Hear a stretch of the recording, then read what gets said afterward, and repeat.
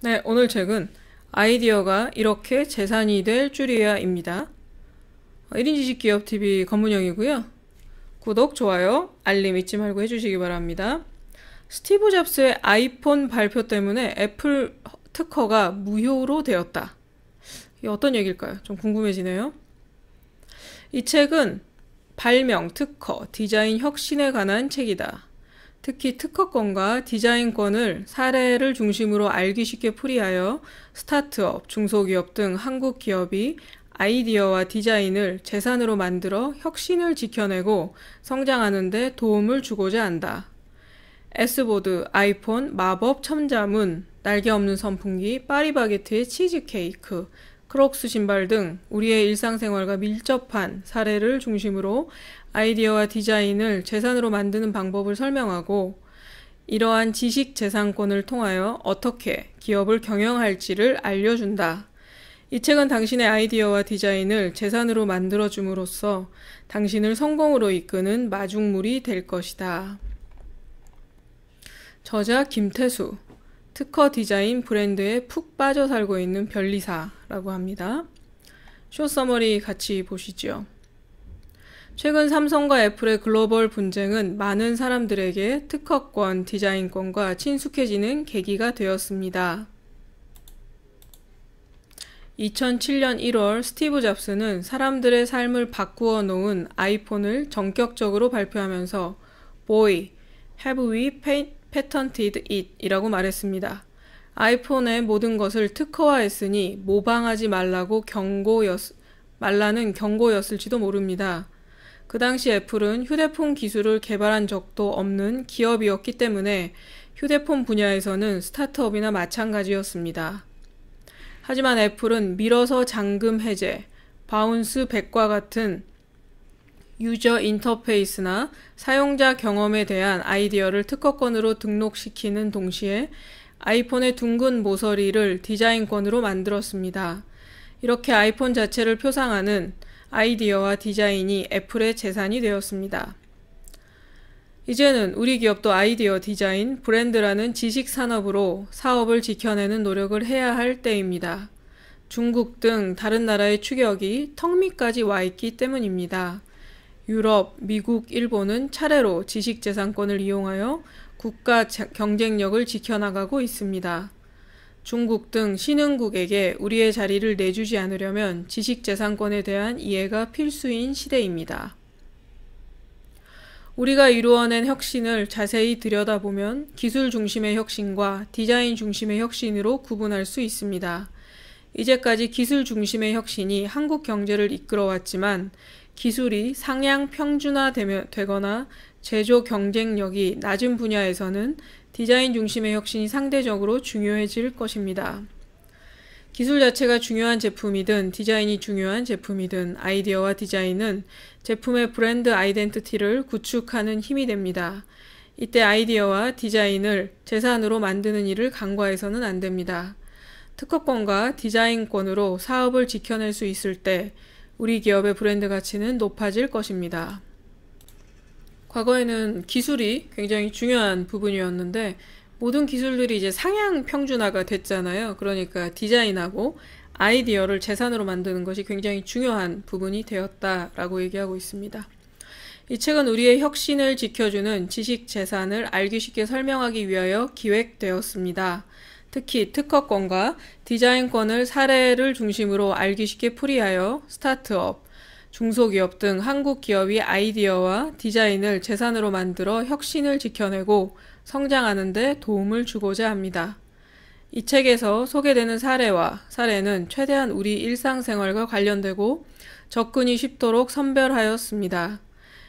S보드, 아이폰, 마법 천자문, 날개 없는 선풍기, 파리바게트의 치즈케이크, 크록스 신발 등의 사례로 아이디어와 디자인을 재산으로 만드는 방법을 설명하고 이렇게 재산이 된 지식재산권을 통하여 어떻게 기업을 경영할 수 있는지 알려주고 있습니다. 구체적으로 1장에서는 기술 중심의 혁신 사례로 S보드를, 디자인 중심의 혁신 사례로 라비또를 소개하고 있습니다. 2장에서는 기술과 관련된 아이디어를 특허권으로 만드는 방법을 설명하였고 3장에서는 특허권이 어떻게 해석되고 활용되는지 알려주고 있습니다. 4장은 디자인을 재산으로 만드는 방법과 디자인권에 대해 설명하였습니다. 5장은 지식 재산을 창출하고 평가하여 포트폴리오를 관리함으로써 지식 재산을 경영에 활용하는 방안에 관한 내용입니다. 네, 이제 챕터 1부터 같이 한번 보시죠. 챕터 1, 대한민국의 창의적인 혁신 역량은 뛰어나다. 대한민국의 혁신 역량에 프리미엄을 더하자. 사실 특허권 그 자체는 큰 의미가 없습니다. 혁신이 이루어진 후에 비로소 특허권은 강력한 힘을 발휘할 수 있기 때문입니다. 즉 혁신적인 기술이나 제품은 모방이 뒤따르기 때문에 혁신을 지켜내기 위해 특허권은 필수적이며 특허 제도가 존재하는 것도 그 때문입니다. 디자인권도 마찬가지입니다. 특히 디자인은 모방이 매우 쉽기 때문에 디자인권은 사업을 지켜주는 보호막 역할을 합니다. 혁신적인 제품이라고 말하려면 단순히 발명했다거나 디자인한 것으로는 부족합니다. 혁신 제품은 수요자의 욕구에 부응할 때 탄생합니다. 이노베이트 아메리카라는 보고서에 혁신은 단순히 공급만으로 이루어지지 않으며 수요가 공급의 접점에 있을 때 가능하다고 말합니다. 공급자인 기업이 아무리 좋은 제품이나 서비스를 공급해도 소비자가 외면한다면 아무 소용이 없는 것입니다. S보드 첫 제품이 나오자 강신기 사장은 가족에게 달려갑니다. 그리고 누가 가르쳐주지 않았는데도 큰 아들이 즐겁게 S보드를 곧장 타는 모습을 보며 강신기 사장은 사업화에 확신을 갖게 되었다고 합니다. 제품이 소비자에게 호감을 얻었으니 혁신이 완성된 것입니다. 강신기 사장이 일관되게 소비자의 입장에서 즐거움, 디자인 등을 추구한 결과입니다. 즉 단순히 발명하고 제품화하는 것이 아니라 소비자의 입장에서 끊임없이 개발하는 것이 바로 혁신입니다. 따라서 혁신은 소비자의 욕구에 맞는 제품을 사업화해야만 창출될 수 있습니다. 혁신의 본질은 사업성과 밀접한 관련이 있습니다. 특허권과 디자인권도 사업화와 연결되지 않으면 의미가 없습니다.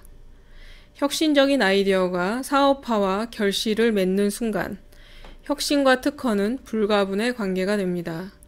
혁신 제품이 나오기까지 들인 비용과 노력에 대해 특허권과 디자인권은 보호막을 제공합니다. 만일 혁신 제품이 될 수도 있는 발명이나 디자인을 권리로 등록하지 않으면 그 제품은 세상에 나오자마자 모조품과 저가 공세에 휘말리게 됩니다. 여러분 S보드가 어떤 건지 아세요? 이제 일반 보드랑은 모양은 약간 다르긴 한데 어쨌든 일반 보드처럼 생겼는데 중간이 이렇게 나눠져 있어요. 그래서 양쪽에 발을 놓고 이렇게 틀 수 있어요.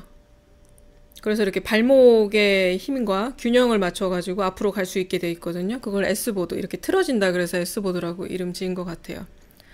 강신기 사장이 S보드를 사업화하는 과정을 살펴보죠. 강신기 사장이 청년 발명가로부터 특허를 양도받아 혁신 제품을 탄생시키는 일련의 과정을 도식화해 볼 수 있습니다. 이를 혁신 시스템이라 부르겠습니다. 혁신 시스템은 연구개발에서 나온 발명을 특허권으로 만든 후 사업화하는 과정을 포함합니다. 특허 제도는 아이디어 단계부터 사업화에 이르기까지 혁신 시스템을 뒷받침해 줍니다. 특허권자는 직접 사업하지 않고 특허 라이센스를 통하여 로열티를 받을 수도 있습니다. 물론 특허권자가 직접 사업화할 수도 있습니다. 특허권 또는 사업화를 통하여 얻은 수익은 연구개발에 다시 투입됩니다. 결국 혁신 시스템의 선순환 구조는 기술 주도권을 유지시키는 역할을 합니다. 마찬가지로 디자인권도 혁신 시스템에서 특허권과 같은 역할을 담당합니다. 라비토처럼 디자인권으로 토끼 모양의 스마트폰 케이스 사업이 보호받고 여기서 나온 수익은 머그컵, 빈백 소파, 유아용 의자, 케이블 홀더, 모니터, 메모보드의 디자인을 창출하는 밑거름이 되었습니다. 여기서 라빗도 나오잖아요. 라빗도가 그 스마트폰 그 보시면은 스마트폰 케이스 중에 이렇게 귀 이렇게 달린 거 있죠. 위쪽에. 이제 그런 그 디자인을 얘기하는 건데 그걸 가지고 뭐 빈백 소파도 만들고 여러 가지 이제 디자인을 창출하는 밑거름이 이 디자인권으로서 보호받았다는 거죠. 대한민국의 혁신 역량은 충분합니다. S보드와 라빗도의 스마트폰 케이스가 대표적인 예라 할 수 있습니다. 우리의 혁신 역량에 특허권과 디자인권이 결합된다면 혁신 시스템의 선순환 구조가 작동하여 한국 경제를 성장시키게 하는 원동력을 제공하게 될 것입니다. 대한민국의 혁신 역량에 프리미엄을 더하기 위해 지식재산 제도의 중요성을 우리 모두가 인식해야 합니다. 혁신 제품이 시장에 출현하면 경쟁을 촉진시킵니다. 그 예로 강신기 사장의 성공 신화를 들 수 있습니다. S보드는 스케이트보드 분야의 인기몰이로 이어져 경쟁 기업들도 유사한 제품을 수없이 쏟아냈습니다. 이에 따라 경쟁 기업들은 자연스럽게 파생 기술들을 발명하고 특허를 신청하게 됩니다. 혁신 제품을 모방하고 개량하는 과정이 지속되다 보면 개량을 넘어서 새로운 혁신 제품을 만들어내는 결과를 낳을 수도 있습니다. S보드와 관련하여 2002년 한 건의 특허 신청이 나타난 이후 2006년 49건이 신청될 정도로 기하급수적으로 신청 건수가 증가하였습니다. 2007년 특허청은 2002년부터 2006년까지 관련 분야 전체의 신청 91건 중 77건, 85%라고 하네요. 77건이 S보드 제품과 직접 관련되어 있다고 발표했습니다. 이는 특허 제도의 순기능으로 혁신의 결과물인 새로운 제품은 개선된 발명과 새로운 시장을 형성하는 데 기여합니다. 특히 신청 건수의 기하급수적인 증가는 혁신 제품의 소비자에게 폭발적인 호응을 얻었다는 것을 반증하는 결과이기도 합니다. 결과적으로 특허는 또 다른 발명을 낳습니다. 물론 특허가 또 다른 발명을 낳게 되어 기존의 특허권자는 다소 불만스러울 수도 있습니다. 특허권이 여러 사업에 분산되고 특허권이 독점권이라는 등식이 성립하지 않게 되기 때문입니다. 하지만 이것이 사회 전체에 이로운 것은 분명합니다. 또한 라빗도가 스마트폰 케이스 사업을 활성화시키자 많은 사람들이 동물 캐릭터 디자인을 결합한 스마트폰 케이스 디자인을 선보였습니다. 스마트폰 케이스 디자인이 토끼, 동물 귀, 돼지, 펭귄 등 다양한 동물 캐릭터와 결합되어 발전하게 된 것입니다. 결국 특허권과 디자인권을 포함하는 지식재산권은 혁신 제품은 경쟁을 촉진시키고 또 다른 발명과 디자인을 낳게 하는 순기능을 하게 됩니다. 그래서 저도 이게 디자인은 조금만 바꾸면은 디자인권 얻을 수 있다고 제가 알기로는 저도 그렇게 알고 있거든요. 그러니까 여기 지금 이 변리사 입장에서 말씀하시는 거는 뭐 특허를 처음 낸 사람은 아쉬울 수 있겠지만 실제 그렇게 혁신 제품이 계속 나오고 서로 경쟁을 하는 것은 순기능이다. 처음 만든 사람은 생각지 않는 얘기인가요, 이건? 네. 어쨌든 그렇게 혁신 제품이 나오면 다시 지식재산권으로 등록이 가능하고 디자인권을 등록이 가능하다고 얘기하는 거죠. 마이클 골린 교수가 이노베이션 숲이라는 이미지로 혁신의 사이클을 설명했듯이 하나의 특허가 또 다른 발명을 만들어냄으로써 많은 특허들이 모여 숲을 이룹니다. 특허라는 숲 속에서 다른 발명의 씨앗이 싹을 틔울 수 있는 비옥한 토양이 조성되어 다양한 성장 단계의 특허뿐 아니라 디자인, 상표 등의 지식 재산이 울창한 숲을 이루게 됩니다. 결국 혁신 역량이 혁신 시스템을 통하여 울창한 지식 재산 숲을 조성하고 비옥한 혁신 환경을 만들어냅니다. 이러한 혁신 시스템과 울창한 지식 재산 숲은 자원이 부족한 대한민국에는 훌륭한 경제 성장의 동력임이 틀림없습니다. 네, 챕터 2. 혁신적인 아이디어의 보호가 우선이다. 아마존, 악명 높은 원클릭 특허를 인정받다. 아마존의 제프 베조스는 인터넷의 폭넓은 활용 가능성에 주목하고 온라인 서점으로 사업을 시작하였습니다. 아마존의 온라인 서점을 떠올리면 원클릭 기술이 먼저 떠오릅니다. 원클릭 기술이란 한 번의 클릭에 의하여 미리 저장해둔 정보들을 이용하여 주문을 완료하는 것을 말합니다. 원클릭 기술이 특허로 등록되자 사람들은 비독창적인 소프트웨어 특허라며 많은 비판을 하였습니다. 이런 비판의 이유는 원클릭 특허가 온라인 서점에만 이용되는 것이 아니기 때문입니다. 다시 말해 원클릭 특허는 모든 온라인 결제에 이용할 수 있습니다. 온라인 서점에만 이용되는 게 아니고 원클릭 특허는 모든 온라인 결제에 이용할 수 있기 때문이겠죠. 온라인 결제 시스템을 도입하려는 기업 입장에서는 원클릭 특허는 끔찍한 존재였지만 소비자들은 편리한 원클릭 기능 때문에 아마존을 점차 이용하게 되었습니다.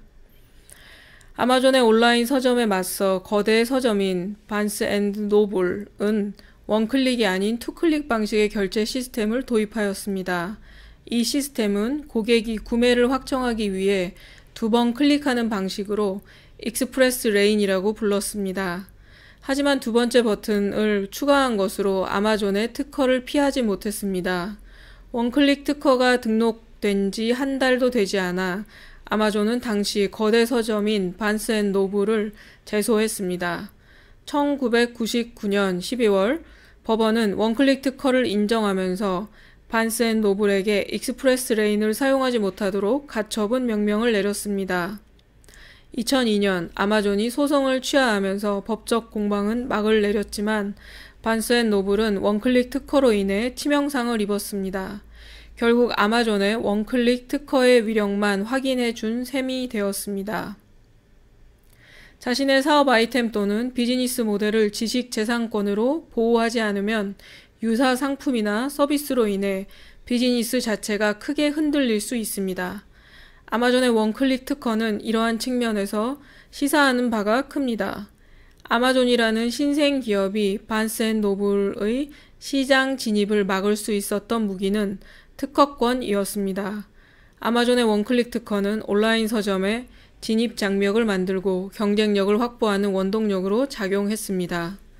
특히 제도는 대형 기업이 가지고 있던 경쟁력을 약화시키고 신생 기업이 성장할 수 있는 원동력을 제공합니다. 기존 기업에 대항할 수 있는 방법이 마땅치 않은 상황에서 신생 기업에게 비즈니스 방법과 관련된 특허권은 소비자를 유인하고 사업을 지키는 데 큰 도움이 됩니다. 원클릭 특허는 한 번의 클릭으로 물건을 주문한다는 비즈니스 모델을 소프트웨어로 구현했다는 것이 골자입니다. 이 비즈니스 방법은 특허 받을 만한 것일까요? 전통적으로 비즈니스 방법은 하나의 경제 법칙으로 인식되어 특허의 대상이 아니라는 것이 일반적이었습니다. 전통적으로 비즈니스 방법은 하나의 경제 법칙으로 인식되어 이 부분 읽었네요. 하지만 인터넷이 등장하자 상거래 방식이나 비즈니스의 패러다임이 급변하면서 인터넷에서 비즈니스 방법을 구현하는 것이 과연 특허의 대상인지 논란이 이어졌습니다. 비즈니스 방법 관련 특허는 정보통신 기술과 비즈니스 방법이 결합된 형태입니다. 전통적인 관점에서 정보통신 기술은 특허의 대상이지만 비즈니스 방법은 특허의 대상이 아닙니다. 그렇다면 이들이 결합된 형태는 특허의 대상일까요? 아닐까요? 특허 제도에서 비즈니스 방법이 특허의 대상이 되려면 산업적으로 유용해야 합니다. 비즈니스 방법이 특허의 대상인지 여부에 대해 논란이 계속 이어지다가 마침내 1998년 미국에서 펀드 운영과 관련된 특허의 유효성 여부를 다툰 스테이트 스트리트 사건을 계기로 비즈니스 방법은 특허의 대상으로 인정되었습니다. 추상적인 비즈니스 방법 그 자체에 특허를 주는 것이 아니라 기업에서 구체적으로 비즈니스에 유용하게 사용되기 때문에 그 결과물에 특허를 부여할 수 있다는 결론입니다. 이러한 결론은 시대적 흐름에 따른 불가피한 결과로 세상이 변하자 인터넷 관련 아이디어를 특허로 보호하여 혁신 기업이 성장할 수 있도록 돕자는 취지입니다. 악명 높은 원클릭 특허는 미국 특허, US 달러를 얘기하는 건가요? 잠시만요. 달러가 아니고 특허 번호네요. 미국 특허 US 5960411로 1997년 신청되어 1999년 등록되었습니다.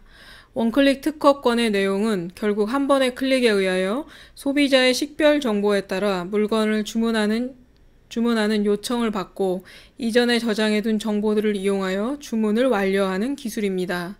원클릭 기술에 대한 특허권은 온라인 서점으로 한정하지 않았기 때문에 온라인 서점뿐만 아니라 모든 온라인 구매 시스템에 적용될 수 있습니다. 한 번의 행위에 의하여 구매 정보를 받고 이전 저장 정보를 이용하기만 하면 특허 침해가 성립합니다. 다른 회사의 입장에서는 아마존의 특허권이 끔찍할 수밖에 없는 이유입니다. 이를 입증하는 사례로 2000년 애플은 아마존으로부터 라이센스를 받아 아이튠즈 스토어에 원클릭 기술을 도입했습니다.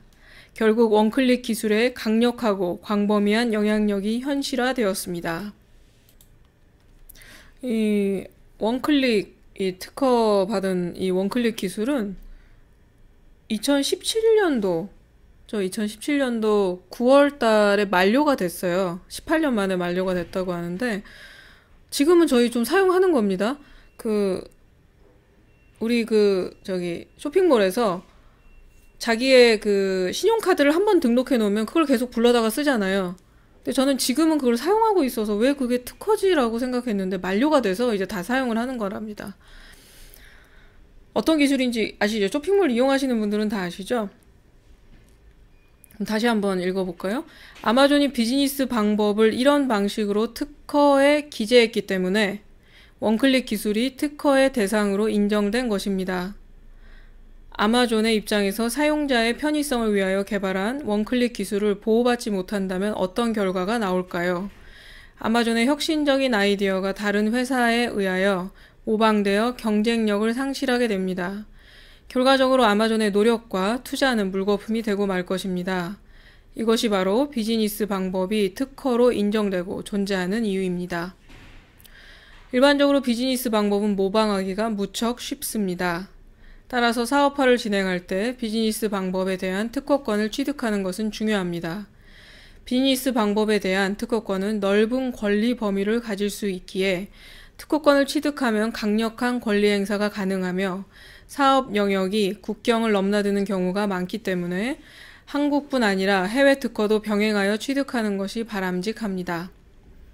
네, 여기까지 1부 같이 읽으셨고요. 아이디어가 이렇게 재산이 될 줄이야 1부 같이 읽으셨습니다. 이 책의 요약본은 부코스모스의 요약본입니다. 1인 지식기업 검은영이었고요. 여러분 구독, 좋아요, 알림 잊지 말고 해주세요. 이제 2부에서 다시 뵙겠습니다. 감사합니다.